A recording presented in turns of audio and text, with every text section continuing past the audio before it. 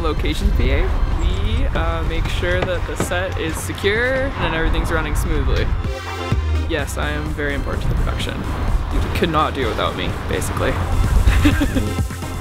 The day started out pretty standard. Action! All of a sudden we started having lots of people asking us about this Channing Tatum person and if he was going to be on set.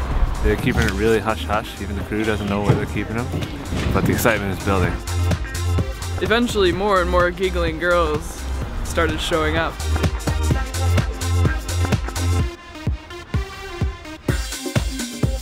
After about 4 or 5 hours it started getting a little bit ridiculous and they got a little bit belligerent with us. There's no Channing Tatum here. I know he's here. And if they tell us different, then you are in very big trouble. Okay. Threat considered. Yeah. Today our whole crew is driving around to every location in the movie. It's called the Tech Survey. It's a nice, long, fun day. Everybody walks around. It's like a field trip. We get our juice boxes and we look at a bunch of places and say, what the hell are we doing? The Tech Survey Day is always a long day with a lot of questions, like where can we park the equipment trucks? And where do we get our power from? And what happens if it snows? But if you drink enough coffee, you can make it through. Wolfcop is set in the fictional small town of Woodhaven that luckily happens to look a lot like Moose Jaw, Saskatchewan. I wrote the film with a distinctly Saskatchewan look in mind, but it was still a challenge to find just the right locations. On a film of our budget, we can't really build our locations. We just have to find the right ones and dress them up.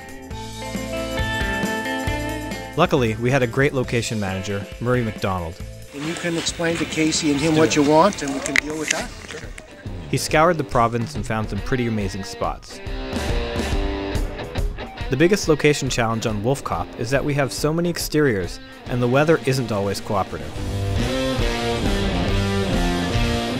This is especially true when we were filming in the abandoned zoo in Moose Jaw.